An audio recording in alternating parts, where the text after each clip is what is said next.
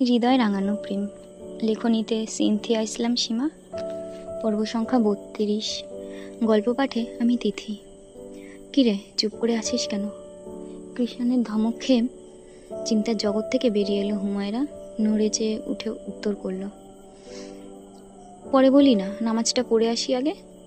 ভুরু কুচকে মেয়েটার দিক তাকালো কৃষাণ। মানুষটার তীক্ষ্ণ চোখ দেখে হুমায়রা সাফাই গিয়ে বলল, সময় শেষ হয়ে যাচ্ছে তো, তাই বলছি আর কি। এবেলায় এসে তার হাতটা ছেড়ে দিল কৃষাণ। গম্ভীর স্বরে বলল, যা। হাফ ছেড়ে বাঁচল রমণী। তৎক্ষণাৎ কোনো দিক না তাকিয়েই ব্যস্ত পায়ে রুম ছাড়ল সে। ক্লান্তিরা আজ ঘিরে ধরেছে কৃষাণকে। বন্ধুরা একের পর এক মেসেজ পাঠাচ্ছে বাইরে যাওয়ার জন্য, অথচ শরীর যেন কোনো মতেই সায় দিচ্ছে না তার। সারাদিন রোজা রেখে ইফতার শেষে ছেলেটা সুটাম দেহখানাও আজ ক্লান্তিতে নেতিয়ে পড়তে চাইছে। বিছানা ছেড়ে উঠতেই চাইছে না। অগত্যা শরীরের উপর জোর খাটালো না সে। যার বন্ধুর সমারোহ নিয়ে গড়া হোয়াটসঅ্যাপ গ্রুপটাতে জানিয়ে দিল আজকে তার শরীর ভালো লাগছে না, তাই যেতে পারবে না। ওপাশের ব্যক্তিরা হয়তো বেশ আশ্চর্য হলো মেসেজটি দেখে। সকালে অবাকের ইমোজি সেন্ড করলো। রবি রিপ্লাইয়ে বলল, তোর শরীরে আবার কোন দিক দিয়ে পচায় ধরলো? সকালে তো সব দিক দিয়েই ঠিকঠাক দেখলাম। পরপর অভি বলল, আরে আড্ডায় আয়, শরীর এমনিতেই ভালো হয়ে যাবে। বন্ধু মহলে এমন বেপরোয়া ভাব দেখে হতাশায় শ্বাস ফেলল কৃষাণ। অবশ্য এদের থেকে সিরিয়াসনেস আশা করাও বেকার। নিজের সিদ্ধান্তেই অটুট রইল সে। জবাবে লিখে পাঠালো, আমি এখন ঘুমাবো, ডিস্টার্ব করলে আগামীকাল এক একটাকে গাছের সাথে বেঁধে শায়েস্তা করব। বলেই অফলাইনে চলে গেল। অতপর সত্যি পাশে মোবাইল রেখে উবুর হয়ে শুয়ে পড়ল। নামাজ শেষ করে ভয়ে ভয়ে রুমে প্রবেশ করলো হুমায়রা। এমন অসময়ে কৃষাণকে শুয়ে থাকতে দেখে কিছুটা অবাক হলো। পা টিপে টিপে মানুষটার দিক এগিয়ে গেল। কৃষাণ ঘুমে মগ্ন। সামনে থেকে যে কেউ একজন তাকে গভীর দৃষ্টিতে পর্যবেক্ষণ করে যাচ্ছে সেসবে কোনো ধ্যান নেই তার। খুব শান্তপর্ণে ঘুমন্ত পুরুষটির পাশে বসল হুমায়রা। কিছুক্ষণ তার তন্দ্রাচ্ছন্ন মুখ পানে তাকিয়ে থেকে বলে উঠল, পূর্ণতা সুন্দর, তবে দীর্ঘ অপেক্ষায় ফলস্বরূপ যে পূর্ণতা মিলে তার সুন্দরের কোনো ব্যাখ্যা হয় না। আপনি দিবেন তো আমায় সেই ব্যাখ্যাহীন পূর্ণতা? সৃষ্টিকর্তার দরবারে আপনার সাথে একসাথে হাত তোলা স্বপ্ন পূরণ করবেন তো? শাহরির সময় খাওয়া শেষ করে সব কিছু ওভাবেই বিছানায় ফেলে রেখেছে কৃষাণ। আজকে হুমায়রা অনেকক্ষণ ডাকাডাকি করার পর ঘুম থেকে উঠেছে সে। তাকে খাবার দিয়ে নিচে শাশুড়িদের সাথে খেতে চলে গেছে হুমায়রা। এখনও আসেনি রুমে। এবেলায় বিরক্ত হয়ে মেয়েটাকে যেই না ডাকতে নিবে তখনই ঘরের দরজায় দেখা মিলল কাঙ্ক্ষিত রমণীর।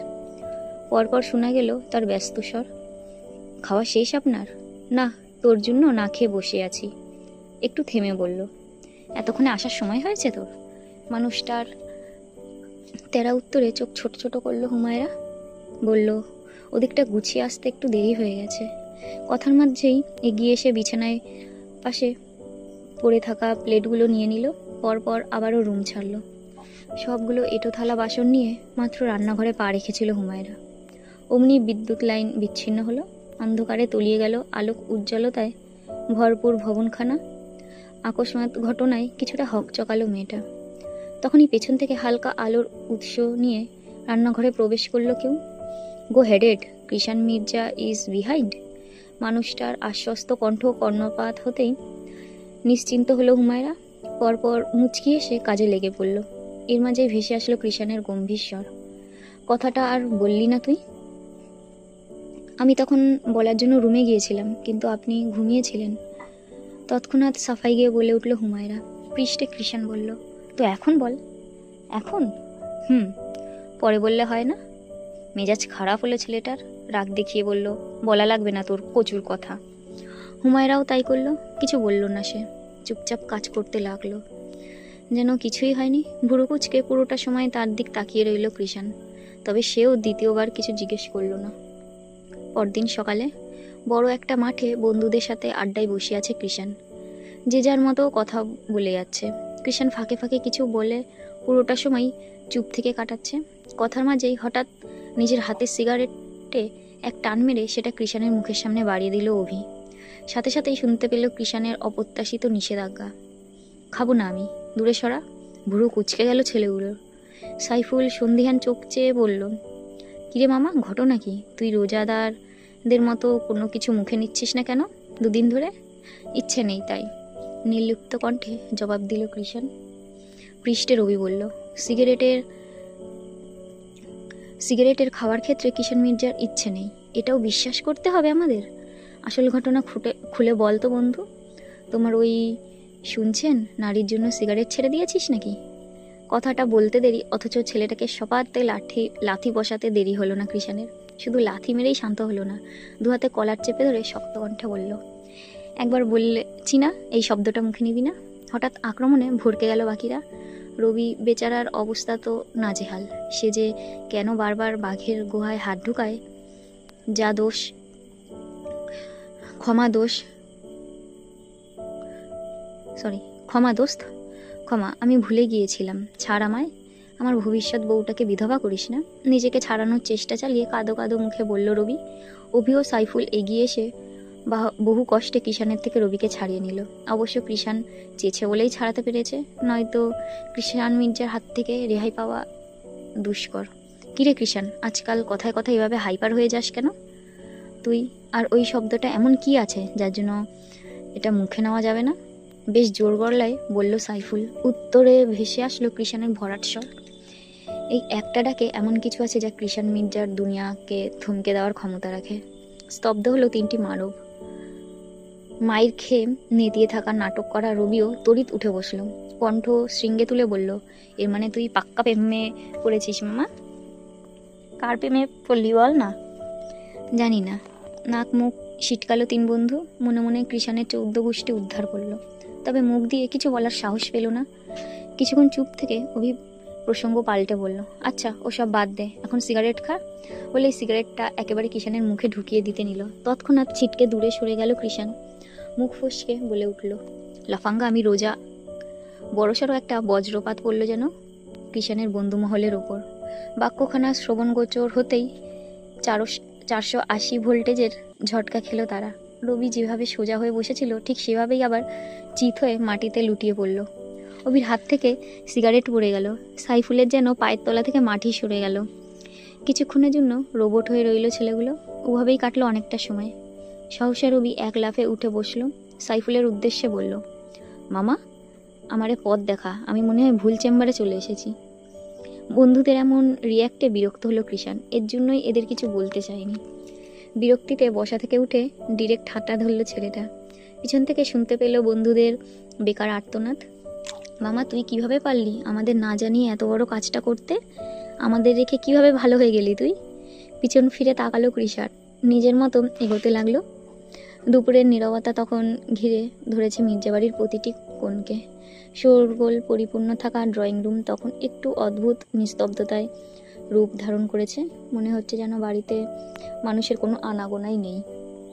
মানবশূন্য ড্রয়িং রুম পেরিয়ে নিজ কক্ষে প্রবেশ করলো কৃষাণ। সেখানেও একই নীরবতা বিরাজ করছে। কক্ষটিকে সম্পূর্ণ শান্ত রূপ দিয়ে বিছানার একপাশে গুটিসুটি মেরে ঘুমিয়ে আছে হুমায়রা। নিদ্রা রাজ্যে মগ্ন সেই ঘুমন্ত পরীর দিক এক পলক তাকিয়ে সরাসরি ওয়াশরুমে ঢুকে গেল কৃষাণ। বেশ সময় করেই শাওয়ার নিল। ওয়াশরুম থেকে বেরিয়ে হুমায়রাকে একই অবস্থায় দেখতে পেল। হাত দিয়ে চুলগুলো ঝেড়ে করিডোরের দিক এগোলো কৃষাণ। ফিরে এলো মিঠুকে নিয়ে। বিছানায় বসে মিঠুকে নিজের কোলে বসিয়ে রাখলো। এর মাঝেই সহসা কৃষাণের কোল থেকে নেমে হুমায়রার দিক দৌড় দিল মিঠু। অমনি এক ঝটকায় তাকে দূরে সরিয়ে আনলো কৃষাণ। মুখের সামনে এনে ক্ষীণ স্বরে শাসিয়ে বলল, আর একবার এ অপরাধ করার সাহস দেখালে তোর কান দুটো কেটে দেব। প্রাণীটি কিছু বুঝলো না। সে অবস্থিত্তে ড্যাব ড্যাব করে তাকিয়ে রইল মহাজনের পানে। তা দেখে কৃষাণ প্রাণীটিকে ঘুরিয়ে হুমায়রার দিক করল। নিজেও ঘুমন্ত রমণীর পানে তাকিয়ে বড্ড ক্ষীণ স্বরে বলল, এই যে ঘুমন্ত মায়াবিনীকে দেখতে পাচ্ছিস, এটা তোর মহাজনের হৃদগহীনে লোকানো হৃদকোটরের মায়াবিনী। সুতরাং এই মায়াবিনীর কোনো কাজে ব্যাঘাত ঘটালে তোকে কঠিন শাস্তি পেতে হবে, বুঝেছিস? কৃষাণ মির্জার এমন প্রেমময় বাক্য শোনার পর প্রাণীটি যদি কথা বলতে পারতো তাহলে হয়তো নিশ্চিত বলে উঠত, বউকে বউ বলে মানে না, আবার ঘুমিয়ে থাকলে কি প্রেম, বেটা আস্ত খচ্চর। তবে তা আর হয়ে উঠল না। বরং কৃষাণ মির্জাই নিজে সেই পথ চিরতরে বন্ধ করে বলে উঠল, শোন মিঠু, ভাবছি মনের সাথে আর জোর জবরদস্তি করব না। মন যা চায় তাই মেনে নিব। মন যদি এই মায়াবিনীকে ভালোবাসতে চায় তবে তার আর বাধা দিব না। এবার না হয় ভালোবেসেই ফেলবো, কি বলিস? নিস্তব্ধ ঘরটিতে শুধু একটা মাত্র কণ্ঠই শোনা গেল, অবুঝ প্রাণীটির সাথে কৃষাণ মির্জা, এই স্বীকারোক্তি সাক্ষী হয়ে রইল বন্ধ কক্ষের চারটি দেওয়াল। ঘুমের মাঝেই সহসা কিছুটা নড়ে চড়ে উঠল হুমায়রা। তার ঘুম ভাঙার আগাম বার্তা বুঝতেই নিজেকে সংযত করে সোজা হয়ে বসলো কৃষাণ। ঘুম ঘুম চোখ জোড়া পিটপিট করে চোখ খুলে তাকালো হুমায়রা। তার একেবারে সন্নিকটেই বসেছিল মিঠু। সদ্য ঘুম ভাঙা চোখগুলো মিঠুর লাল বর্ণ চোখে পড়তেই ভরকে গেল মেয়েটা। তৎক্ষণাৎ কোনো কিছু না ভেবে পিছিয়ে গেল, একেবারে সাইডে শোয়ায় অমনি বিছানা থেকে পড়তে নিল। তবে এর আগেই মিঠুকে সরিয়ে একজোড়া বলিষ্ঠ হাত এসে আগলে নিল তার ছোট্ট দেহখানা। ভয়ে চোখ মুখ খিচে সেই হাতের মালিকের গলা পেঁচিয়ে ধরল হুমায়রা। পরপর শুনতে পেল তার ধমকের সুর। এভাবে কোনা এসে শুয়েছিস কেন? পরে হাত পা ভেঙে আমার কোলে চড়া ধান্দা করছিস নাকি? তড়িৎ চোখ জোড়া মিলে মানুষটার পানে চাইল হুমায়রা। বলল, আমার কি দোষ? মাঝখানে ঘুমালে তো আপনি ধমকাতেন। খানিকের জন্য চুপ মেরে গেল কৃষাণ। সময় নিয়ে উত্তর করল, এখন থেকে তোর যেখানে ইচ্ছে সেখানেই ঘুমাস। এমনিতেও আর দূরত্ব রাখা সম্ভব হয়ে উঠবে না, যা দেখছি। শেষের কথাটা বিড়বিড় করে আনমনে বলল, যার দরুন হুমায়রার কর্ণপাত হলো না। সে প্রথম কথার পৃষ্ঠেই নিশ্চিত হয়ে বলল, পাক্কা? ভুরু কুচকে চাইল কৃষাণ। পরপর হুমায়রাকে বিছানার একদম মাঝখানে শুইয়ে দিয়ে বলল, পাক্কা। মানুষটার কাণ্ড দেখে তবদা খেল হুমায়রা। অবাক দৃষ্টিতে পর্যবেক্ষণ করতে লাগলো তার বখাটে পুরুষটিকে। তখনই শুনতে পেল সেই চিরপরিচিত তেরাস্বর, তবে এখন কিন্তু রমজান মাস, 3 মাইল না হয় বাদই দিলাম, 3 ইঞ্চি হলেও দূরত্ব রাখার চেষ্টা করিস। 3 মাইল টু 3 ইঞ্চি। চোখ বড় বড় হয়ে গেল মেয়েটার। সেসবে পাত্তা না দিয়েই রুম থেকে বেরিয়ে গেল কৃষাণ। মানুষটা যাওয়ার পানে চেয়ে হঠাৎই ফিক করে হেসে দিল হুমায়রা। পরপর সৃষ্টিকর্তার উদ্দেশ্যে সন্তুষ্টি প্রকাশ করে বলল, শুক্রিয়া আমার প্রিয় রব। আজকেও ইফতারের পর একই হাল হলো কৃষাণের। অলসতা কাটিয়ে এবারও বাইরে যাওয়া হয়ে উঠল না। আর না তো খাওয়া হলো আর নিত্যদিনের অভ্যাসের পরিণত হওয়া সেই হারাম খাদ্যগুলো। এভাবেই এক ইবাদত পালন করে অন্য পাপ থেকেও অজান্তেই দূরে সরে আসতে লাগলো বখাটে কৃষাণ। চলবে এখনো। সবাই প্লিজ একটু লাইক কমেন্ট করো। এতগুলো ভিউ হচ্ছে কিন্তু কেউ কোনো লাইক করছো না। মানছি আমি অতটা ভালো করতে পারছি না, কিন্তু নতুন চ্যানেল, প্লিজ একটু সাপোর্ট করো সবাই।